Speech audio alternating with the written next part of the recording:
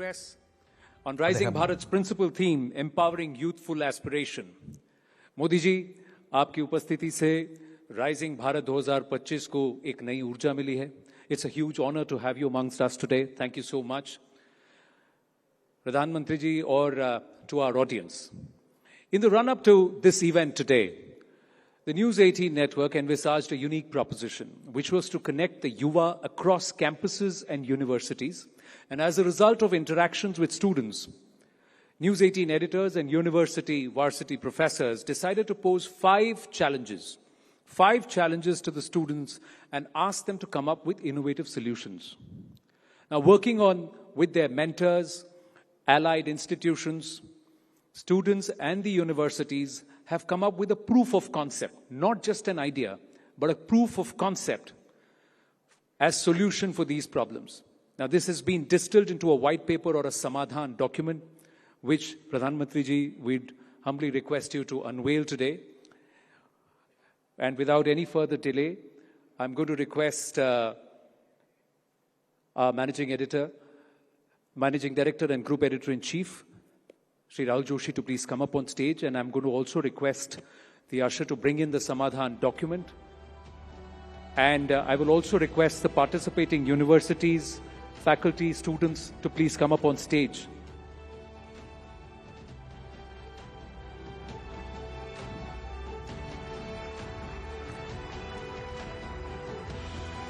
And take their places. This document would not have been possible without their hard efforts. So we have luminaries like the director of IIT Madras, Professor Kamakoti, also part of, there are organizations like TD who are doing some phenomenal work, those who have brought up the Kalki bioculture. They've all worked together to solve for Bharat with respect to air pollution, waste management, with respect to cleaning up our rivers, education for all, and also decongesting our streets, traffic.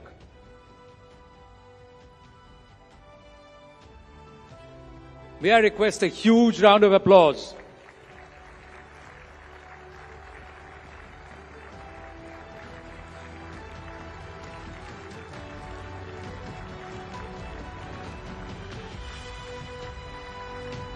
They all have done some phenomenal work.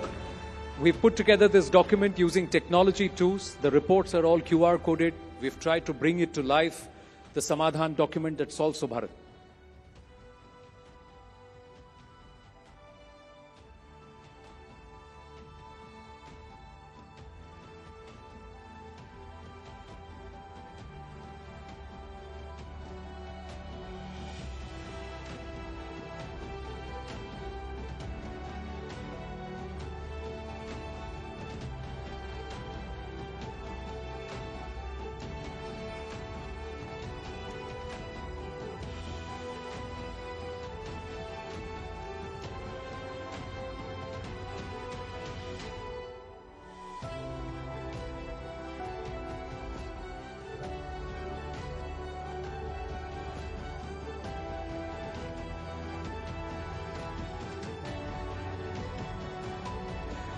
Thank you. धन्यवाद प्रधानमंत्री जी. आपने जो 2 पल इनको दिए हैं, it's going to be a huge motivation.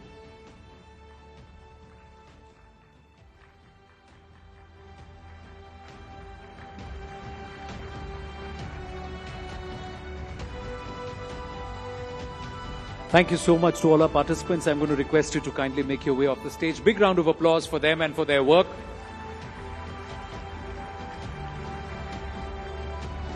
And I'm going to request Shri Rahul Joshi to deliver the welcome note.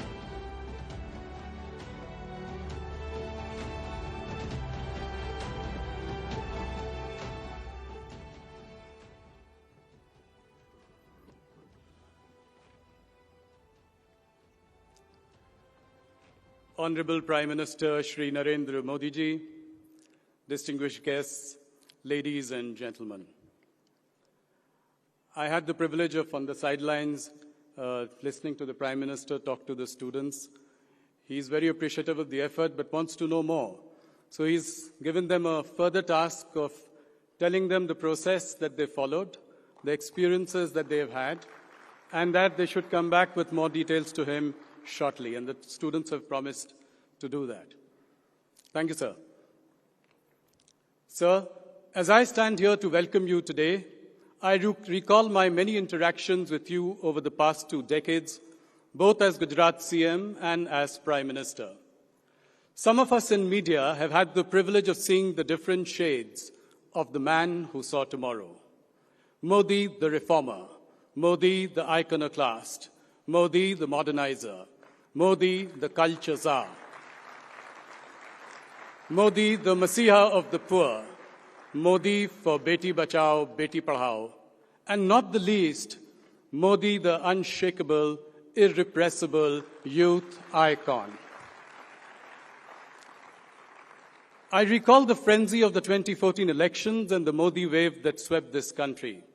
In my election travels to the cities and villages of Uttar Pradesh, a state where BJP held no great sway back in 2014, I could only hear chants of Modi, Modi, Modi. Young kids zipped across towns in motorcycles shouting, Har Har Modi, Ghar Ghar Modi. Prime Minister, leading this wave and riding the storm were the youth of India who saw in Narendra Modi, the transformational leader, their role model. They saw in your eyes determination that gave them hope. They heard in your voice steely resolve of a brighter future and the war cry, Na khaunga, na khane dunga. Sir, you have often quoted Swami Vivekananda and his belief in the power of youth. Very recently you said, Swami ji कहा करते थे कि उन्हें युवा पीढ़ी पर विश्वास था, नई पीढ़ी पर विश्वास था. जैसे विवेकानंद जी को आप पर विश्वास था, मुझे विवेकानंद जी पर विश्वास है. उन्होंने जो कुछ भी सोचा और कहा है, भारत के युवाओं पर मेरा अंधविश्वास है. He does not have faith in the youth, he has blind faith in them. Which is why the theme of this year's Rising Bharat is youthful aspirations. After all, Prime Minister, you have stoked the fire in the startup world to deliver the maximum number of unicorns in India, next only to the US and China. You've ignited the aspirations of the engineers and the technologists to write a new chapter for India in the production of semiconductors and in the development of AI. You've shown the way to a younger crop of politicians who are now cabinet ministers and chief ministers in their 40s and 50s.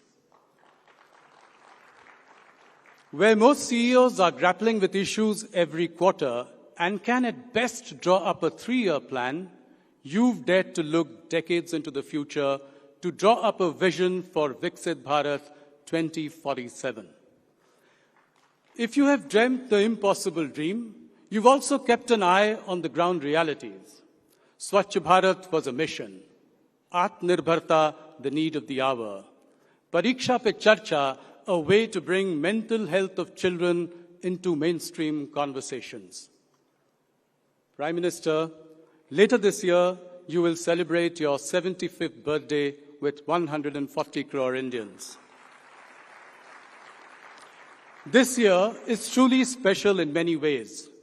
Not only are you leading the country for a 3rd consecutive term, you're a global leader who's given the Global South a strong voice in a topsy-turvy world. You're perhaps the only leader who can pick up the phone and talk to both Putin and Zelensky. You can soften Xi Jinping on the one side and drive a hard bargain with the tariffing Don on the other. And sir, as I say this, I look to yet another milestone that will go down in the annals of history of this great nation. Next year, when we meet at Rising Bharat yet again, you will be completing a historic 25 years in governance without a break in service, and I dare say, without a holiday either. I often wonder what the 90-hour weekday fuss is all about. Somewhere between you turning 75 and your completing 25 years in office is the 100th anniversary of your alma mater, the Vat Vriksh, as you have called it, the Rashtriya Swayamsevak Sangh, or the RSS. This is where you cut your teeth, starting at the tender age of 8. Prime Minister, between 2025 and 2026, your many paths are crossing in some inexplicable, divinely ordained way. As you celebrate your 75th birthday, you can look back with a sense of great satisfaction at your years with the RSS, which eventually paved the way for your years in governance. Modi ji, हर बार अंत में मैं किसी कवि या शायर का सहारा लेते हुए आपको संबोधन के लिए आमंत्रित करता हूं, पर इस बार आपके 75 वर्षगांठ के कुछ महीने पहले मेरे दिल में आपके शब्द कुछ इस तरह गूंज रहे हैं। सितंबर 2016 में जब आपने मुझे अपना सबसे पहला इंटरव्यू दिया था, तो मैंने आपसे पूछा था कि इतिहास मोदी को कैसे याद करे। आपका जवाब मैं एक बार फिर सबके समक्ष रखना चाहता हूं। भारत के इतिहास में नरेंद्र मोदी खुद को कहां पाते हैं? जो इंसान वर्तमान में जीने का शौकीन हो, वो इतिहास की चिंता क्यों करे? और जीवन में कभी भी ऐसी गलती नहीं करनी चाहिए कि अपने लिए कुछ करें। देखिए, हमारे देश का दुर्भाग्य रहा है कि सरकारों ने भी अपनी छवि बनाने की भरपूर कोशिश की, राजनीतिक दलों ने भी अपनी छवि बनाने की भरपूर कोशिश की, शासन पर बैठे हुए लोगों ने भी अपनी छवि बनाने की भरपूर कोशिश की। काश अच्छा होता, अपनी छवि के बजाय हमने देश की छवि बनाने के लिए अपने आप को खपा दिया होता। 125 करोड़ देशवासी, ये इतिहास की अमर कथा है। उन 125 करोड़ देशवासियों में एक मोदी होगा, उससे ज्यादा कुछ नहीं हो। ऐसी ही मोदी की पहचान हो, वो 125 करोड़ में खो गया हो, 125 करोड़ में लिप्त हो गया हो, इतिहास के किसी पन्ने पर नजर ना आता हो। अगर ऐसी जिंदगी जी करके जाऊं, अपने आप को पूरी तरह खपा दूं, आहूत कर दूं, तो उससे बड़ा जीवन का आनंद क्या होगा? यही खुशी होगी। Ladies and gentlemen, I give you the Prime Minister of India, Narendra Modi.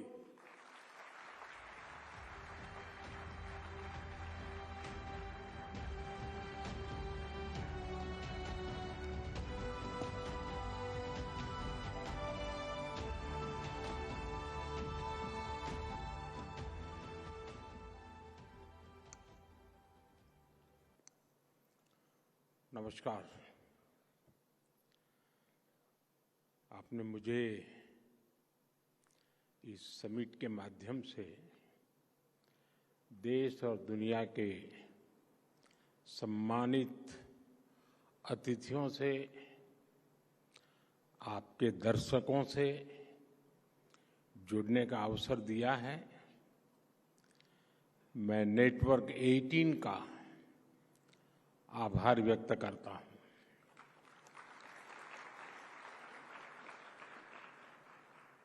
मुझे खुशी है कि आपने इस वर्ष की समिट को भारत के युवाओं की एस्पिरेशन से जोड़ा है।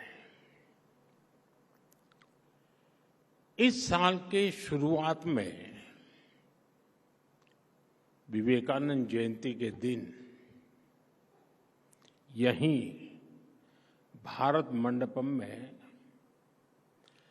विकसित भारत यंग लीडर्स डायलॉग हुआ था। तब मैंने युवाओं की आंखों में देखा था सपनों की चमक, संकल्प का सामर्थ्य और भारत को विकसित बनाने का जुनून।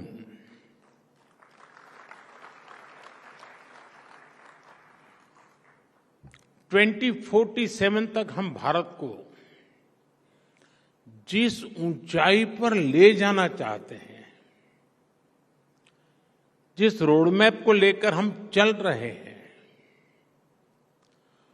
उसके कदम कदम पर अगर मंथन होगा तो निश्चित ही अमृत निकलेगा।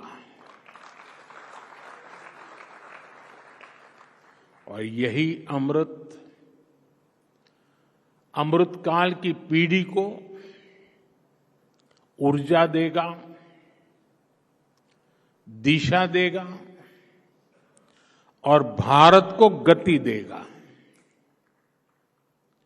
मैं आपको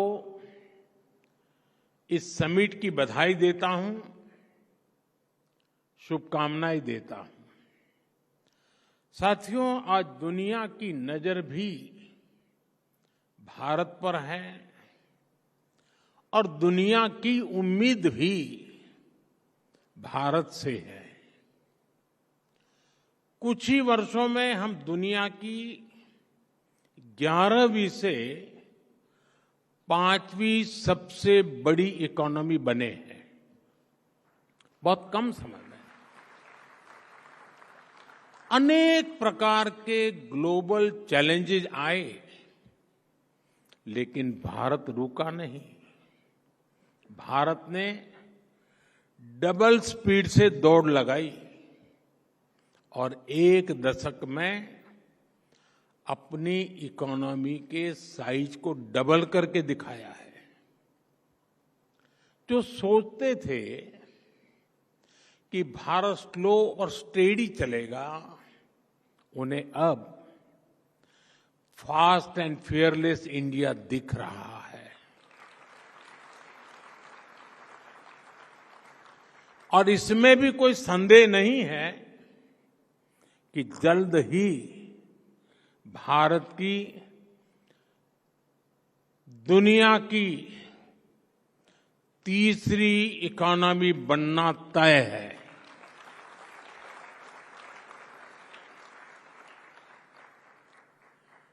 ग्रोथ की इस अभूतपूर्व स्पीड को कौन ड्राइव कर रहा है? इसे ड्राइव कर रहे हैं भारत के युवा, उनके एम्बिशंस और उनके एस्पिरेशंस।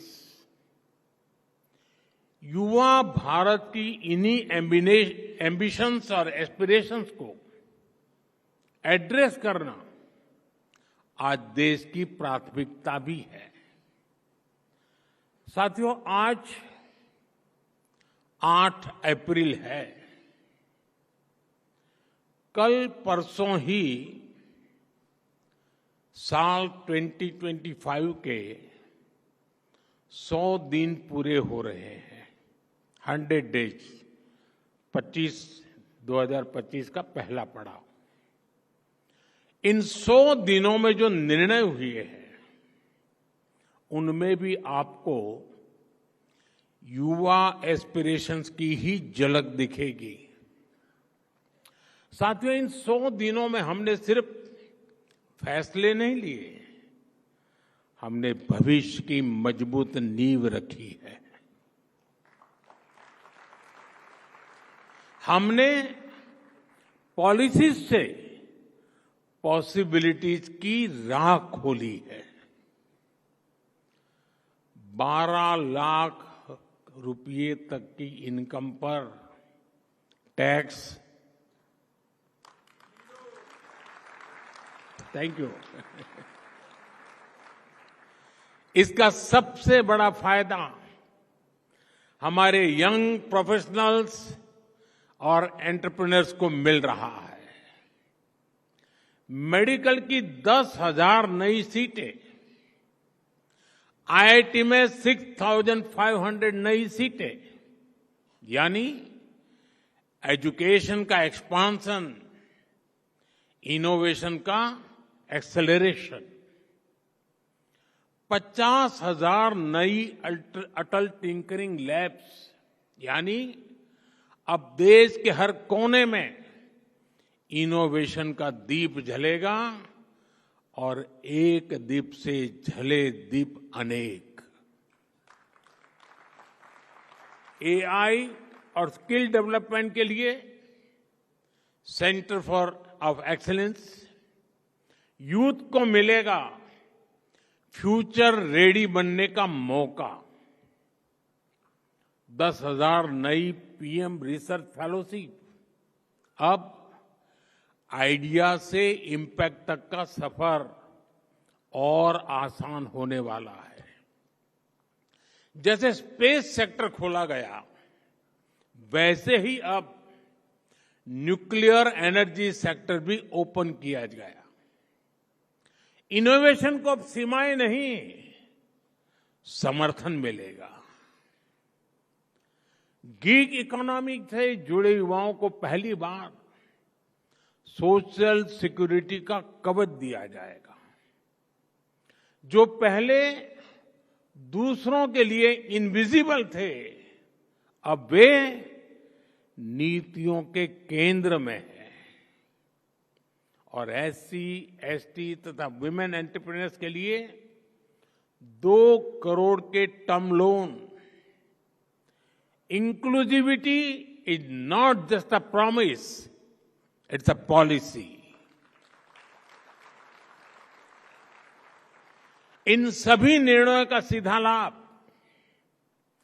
भारत के नौजवानों को मिलने वाला है, क्योंकि जब युवा आगे बढ़ेगा तभी भारत आगे बढ़ेगा।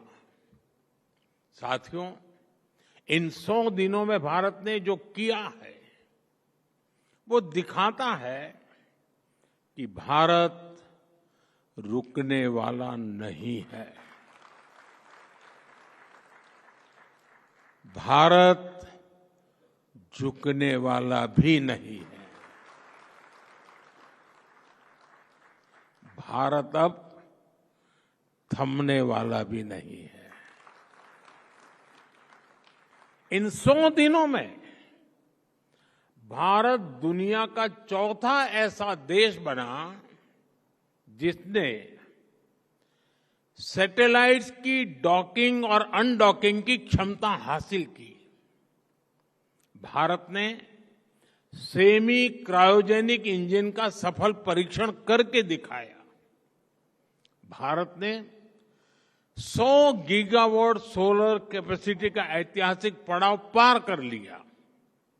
भारत ने 1000 मिलियन टन कोयला उत्पादन का रिकॉर्ड बनाया। नेशनल क्रिटिकल मिनरल मिशन की शुरुआत हुई और इन्हीं 100 दिनों में कर्मचारियों के लिए 8वें वेतन आयोग गठित करने का निर्णय हुआ। किसानों के लिए खाद पर सब्सिडी में बढ़ोतरी का फैसला हुआ। यानी अन्नदाता की चिंता सरकार की प्राथमिकता है। छत्तीसगढ़ में 3 लाख से ज्यादा परिवारों ने एक साथ नए घरों में गृह प्रवेश किया। स्वामित्व योजना के तहत 65 लाख से अधिक प्रॉपर्टी कार्ड सौंपे गए। और इतना ही नहीं, इन्हीं 100 दिनों में दुनिया की सबसे ऊंची टनलों में से एक सोनमर्ग टनल राष्ट्र को समर्पित की गई। आईएनएस सूरत, आईएनएस नीलगिरी, आईएनएस वाक्षिर भारतीय नौसेना की ताकत में नए नगीने जुड़ गए। सेना के लिए made in India light combat helicopter खरीदी को हरी झंडी मिली और वक्फ कानून में संशोधन का बिल पास हुआ। यानी सामाजिक न्याय के लिए एक और बड़ा और ठोस कदम लिया गया। ये 100 दिन 100 फैसलों से भी बढ़कर है। ये 100 संकल्पों की सिद्धि के दिन है। साथियों, परफॉर्मेंस का यही मंत्र राइजिंग भारत के पीछे की असली एनर्जी है। आप जानते हैं, अभी 2 दिन पहले ही मैं रामेश्वरम में था। वहां मुझे ऐतिहासिक पंबन ब्रिज के लोकार्पण का अवसर मिला। करीब 125 साल पहले अंग्रेजों ने वहां एक पुल बनवाया था। उस पुल ने इतिहास देखा, उसने आंधियां सही। एक बार सुनामी ने, साइक्लोन ने उस पुल को बहुत नुकसान पहुंचाया। सालों तक देश इंतजार करता रहा, लोग मांग करते रहे, लेकिन पहले की सरकारों की नींद नहीं टूटी। जब हमारी सरकार आई तो नए पंबन ब्रिज के लिए काम शुरू हुआ और अब देश को अपना पहला वर्टिकल रिफ्ट रेल सी ब्रिज मिल गया है। साथियों, परियोजनाओं को लटकाते रहने से देश नहीं चलता। देश चलता है परफॉर्म करने से, तेजी से काम करने से। Delay is the enemy of development. और हमने इस दुश्मन को हराने की ठान ली है। मैं आपको और भी उदाहरण दूंगा। जैसे असम का बोगीबिल ब्रिज, हमारे पूर्व पीएम देवगौड़ा जी ने 1997 में इसकी आधारशिला रखी। वाजपेयी जी की सरकार आई, उन्होंने काम शुरू करवाया। वाजपेयी जी की सरकार गई, कांग्रेस की सरकार आई तो ब्रिज का काम भी लटक गया। अरुणाचल और असम के लोगों, लाखों लोग परेशान होते रहे, लेकिन तब की सरकार पर कोई फर्क नहीं पड़ा। 2014 में आपने जब हमें सेवा करने का मौका दिया और ये प्रोजेक्ट फिर से शुरू हुआ, और सिर्फ 4 साल में 2018 में ब्रिज का काम पूरा हो गया। ऐसे ही केरला में कोल्लम बाईपास रोड प्रोजेक्ट का भी उदाहरण है। ये 1972 से अटका था। सोचिए, 50 साल। एलडीएफ हो या यूडीएफ, किसी सरकार ने 50 साल तक इस पर कोई काम नहीं कराया। हमने सरकार बनने के 5 साल के अंदर इसका काम पूरा कर दिया। साथियों, नवी मुंबई एयरपोर्ट पर भी 1997 से चर्चा शुरू हुई थी। 2007 में इसे मंजूरी मिली, लेकिन कांग्रेस की सरकार ने इस पर काम नहीं किया। हमारी सरकार ने इस प्रोजेक्ट को भी तेजी से पूरा किया। वो दिन दूर नहीं जब नवी मुंबई एयरपोर्ट से कॉमर्शियल फ्लाइट्स भी शुरू हो जाएगी। साथियों, ये जो मैं गिना रहा हूं ना, उसमें संसद भवन भी आएगा, ये भारत मंडपम भी आएगा। साथियों, आज 8 अप्रैल का एक और वजह से बहुत महत्व है। आज ही मुद्रा योजना के 10 साल पूरे हुए हैं। यहां जो युवा साथी बैठे हैं, उन्होंने तो अपने माता पिता से जरूर कहानियां सुनी होगी कि पहले बिना गारंटी के बैंक खाता तक नहीं खुलता था। खाता खोलने के लिए बैंक गारंटी चाहिए, किसी और एक की साथी की मदद चाहिए। बैंक लोन ये सामान्य परिवार के लिए तो सपना हुआ करता था। गरीब परिवार, एससी, एसटी, ओबीसी, भूमिहीन मजदूर, महिलाएं, जो सिर्फ मेहनत कर सकते थे, लेकिन जिनके पास गिरवी रखने को कुछ नहीं था, क्या उनके सपनों की कोई कीमत नहीं थी? क्या उनकी एस्पिरेशंस कम थी? क्या उनकी मेहनत का कोई मोल नहीं था? हमारी मुद्रा योजना ने उनकी एस्पिरेशन को एड्रेस किया, यूथ को एक नया रास्ता दिया। पिछले 10 साल में मुद्रा योजना के तहत 52 करोड़ लोन बिना गारंटी दिए गए। 52 करोड़। और मुद्रा स्कीम की स्केल ही नहीं, स्पीड भी अद्भुत है। जब तक ट्रैफिक लाइट रेड से ग्रीन होती है, तब तक 100 मुद्रा लोन क्लियर हो जाते हैं। जब तक आप ब्रश करके फ्री होते हैं, तब तक 200 मुद्रा लोन अप्रूव होते हैं। जब तक आप किसी रेडियो चैनल पर अपना पसंदीदा गाना सुनकर खत्म करते हैं, तब तक 400 मुद्रा लोन सैंक्शन हो जाते हैं। आजकल इंस्टेंट डिलीवरी ऐप, इसका बड़ा चलन है।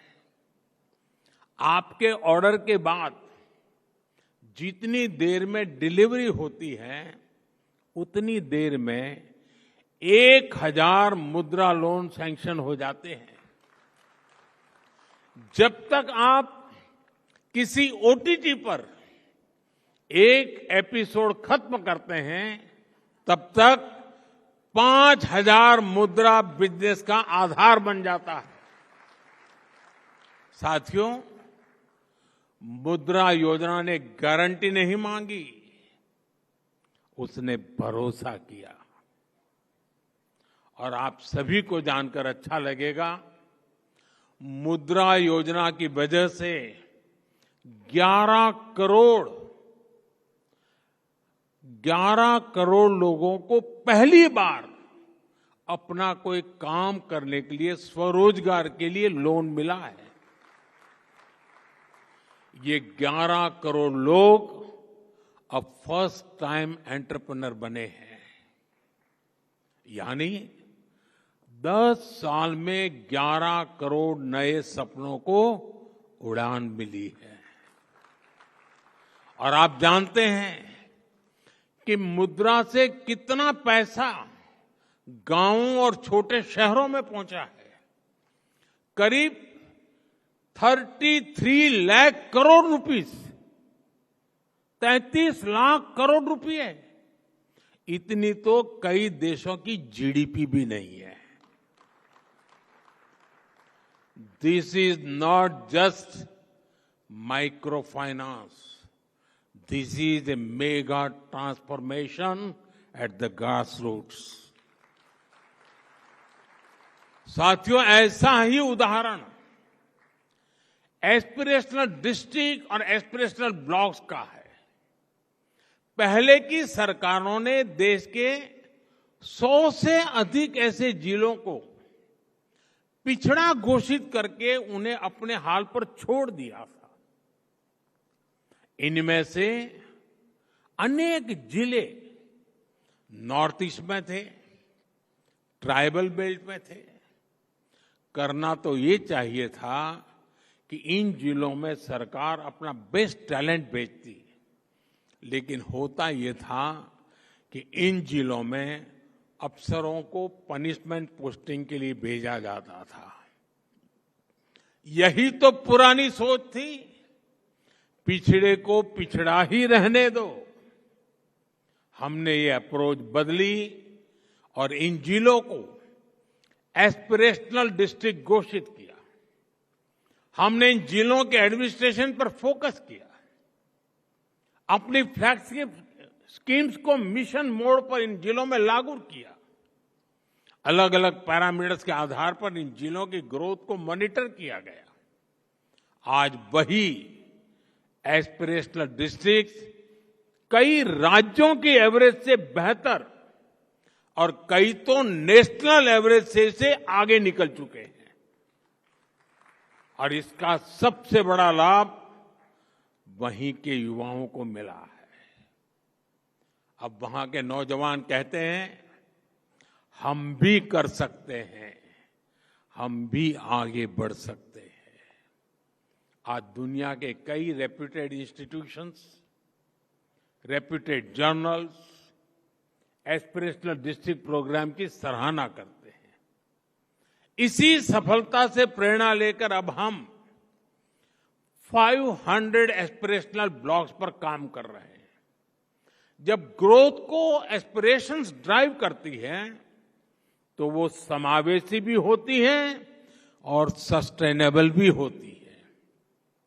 साथियों, किसी भी देश के तेज विकास के लिए बहुत जरूरी है देश में शांति, स्थिरता और सुरक्षा की भावना।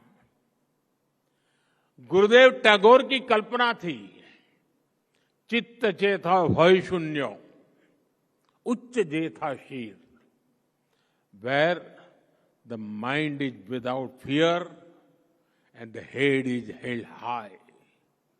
लेकिन दशकों तक भारत में डर का, भय का, आतंक का माहौल बढ़ता ही गया। इसका सबसे ज्यादा नुकसान युवाओं को ही हुआ। हिंसा, अलगाव, आतंकी आग में सबसे ज्यादा देश का युवा ही झुलसा है। जम्मू कश्मीर में दशकों तक युवाओं की अनेक पीढ़ियां बम, बंदूक और पत्थरबाजी में खप गई। लेकिन दशकों तक देश पर शासन करने वाले इस आग को बुझाने का साहस नहीं दिखा पाए। हमारी सरकार की स्ट्रांग पॉलिटिकल विल और संवेदनशीलता के चलते आज वहां हालत बदले हैं। आज जम्मू कश्मीर का नौजवान विकास से जुड़ हो चुका है। साथियों, आप नक्सलवाद को भी देखिए।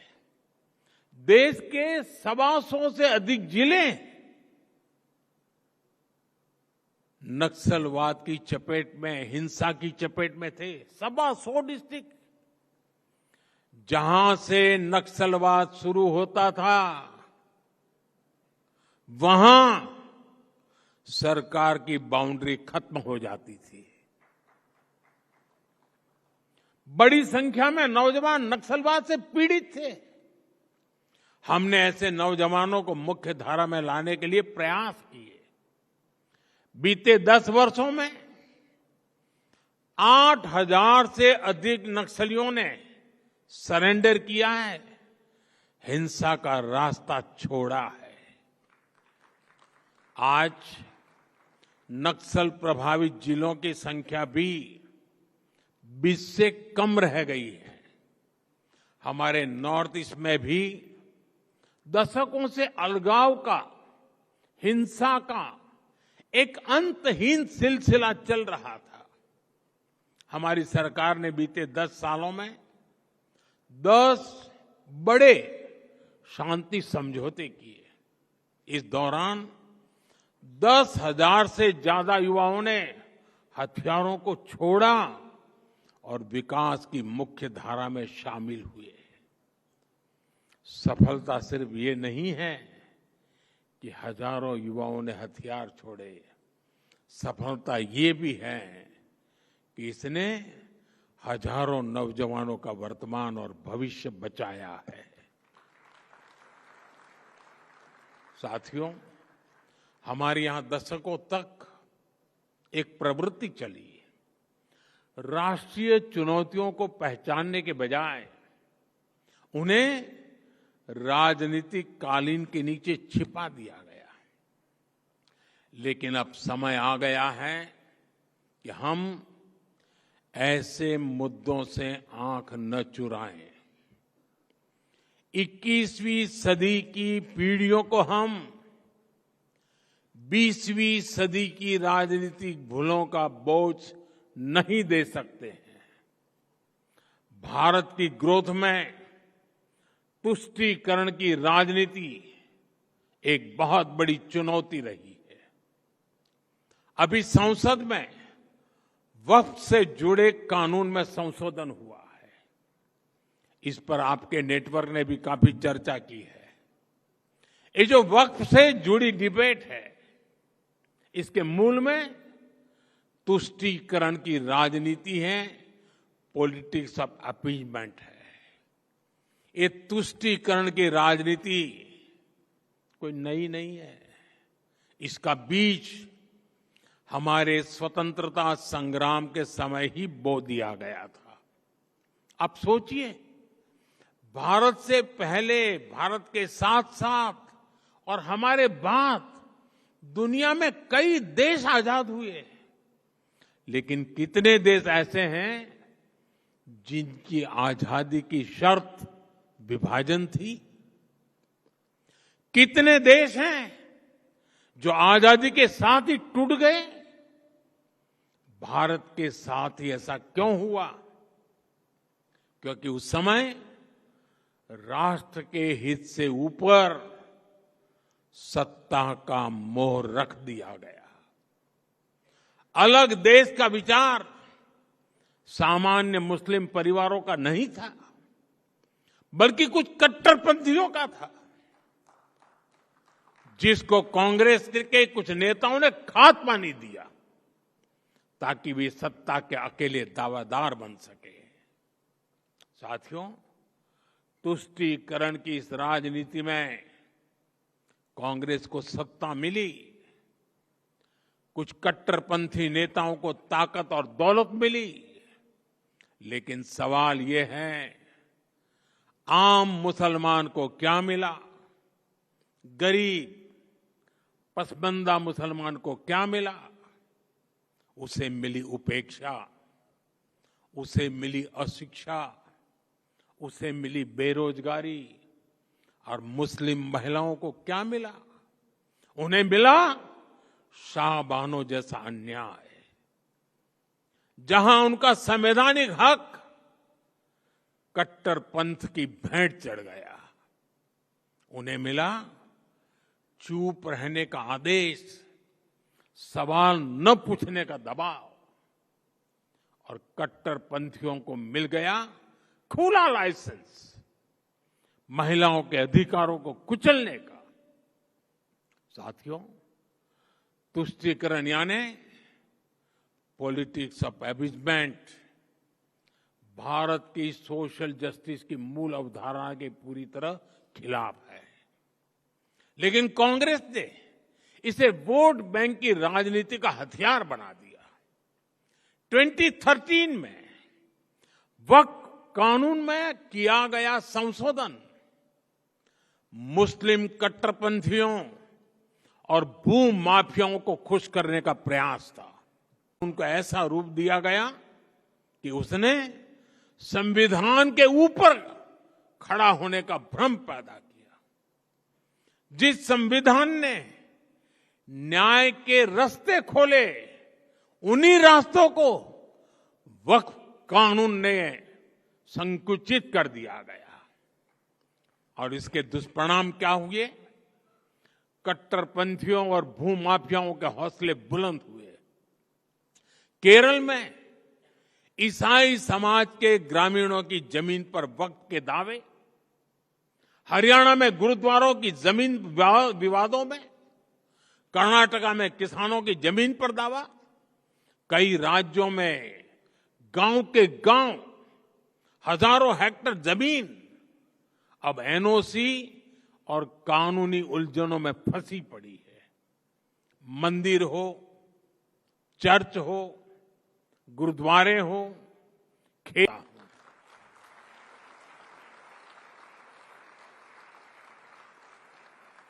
अब वक्त की पवित्र भावना की भी रक्षा होगी और गरीब, पसमानदा मुसलमान, महिला, बच्चे, सबके हक भी महफूज रहेंगे।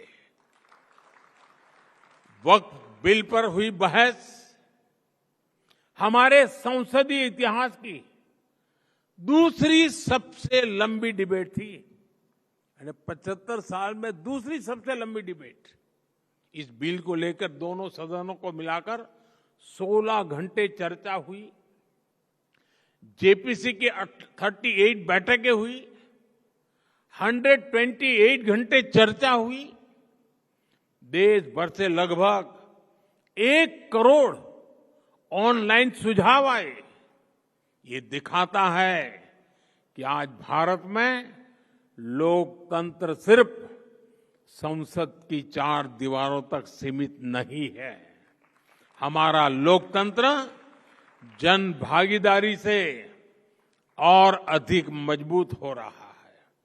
साथियों, आज दुनिया तेजी से टेक्नोलॉजी और एआई की ओर बढ़ रही है और इसलिए अब ये जानना जरूरी है कि हम हमारी सॉफ्टवेयर साइट पर आर्ट, म्यूजिक, कल्चर, क्रिएटिविटी, क्योंकि हम रोबोट तैयार करना नहीं चाहते, हम मनुष्य तैयार करना चाहते हैं। यानी जो कुछ भी हमें मशीनों के सहारे चलता है, उन पर मानवता के लिए, संवेदनशीलता के लिए ज्यादा काम करें। एंटरटेनमेंट आज दुनिया की सबसे बड़ी इंडस्ट्री में से एक है और आने वाले समय में इसका और विस्तार होगा। ऐसे ही समय में हमने आर्ट और कल्चर को एनकरेज करने के लिए, इसे सेलिब्रेट करने के लिए वेव्स, और अभी राहुल जब भाषण कर रहे थे शायद 10 बार वेव्स आए हैं, 10 बार वेव शब्द था, लेकिन वो वेव 14 में ही शुरू हुआ ऐसा नहीं, हर 10 साल में नए रंग रूप के साथ आता है।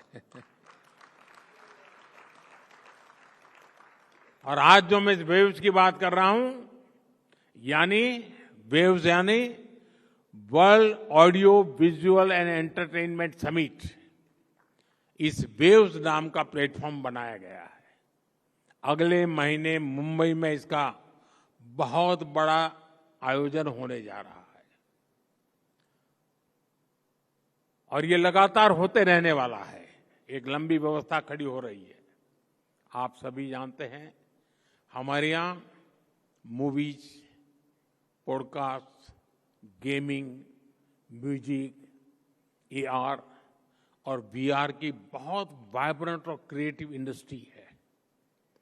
हमने क्रिएट इन इंडिया का मंत्र लेकर इसे नेक्स्ट लेवल पर ले जाने का फैसला लिया है।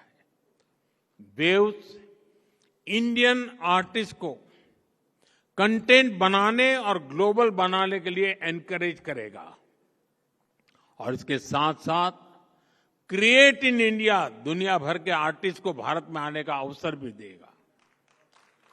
मैं नेटवर्क 18 के साथियों से भी कहूंगा कि वो वेव्स के प्लेटफॉर्म को पॉपुलराइज करने के लिए आगे आए।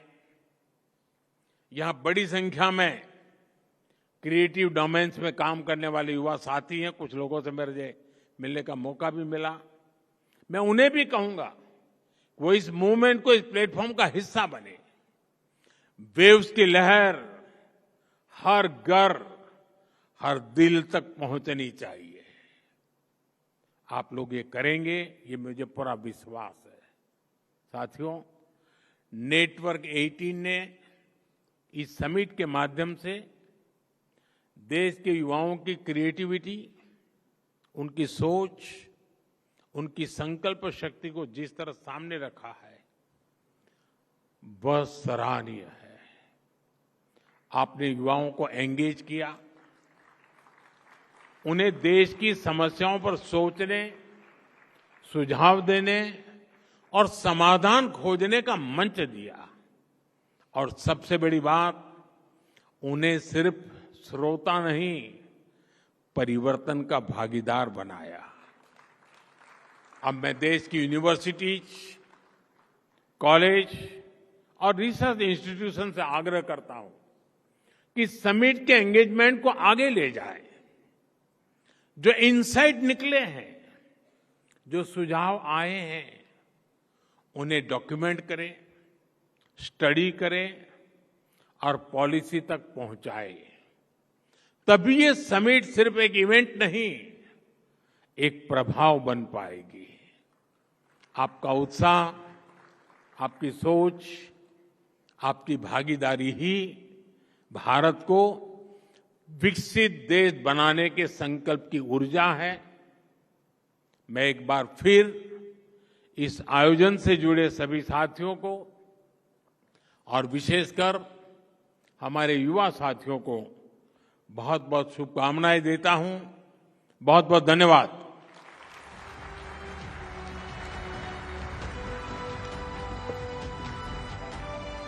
Huge round of applause for the Honorable Prime Minister Shri Narendra Modi. What an inspiring speech.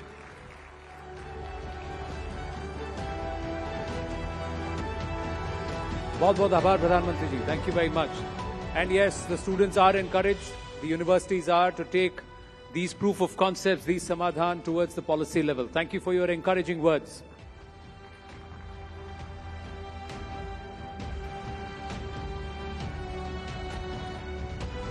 Well, to all our guests, I'd like your attention here, please.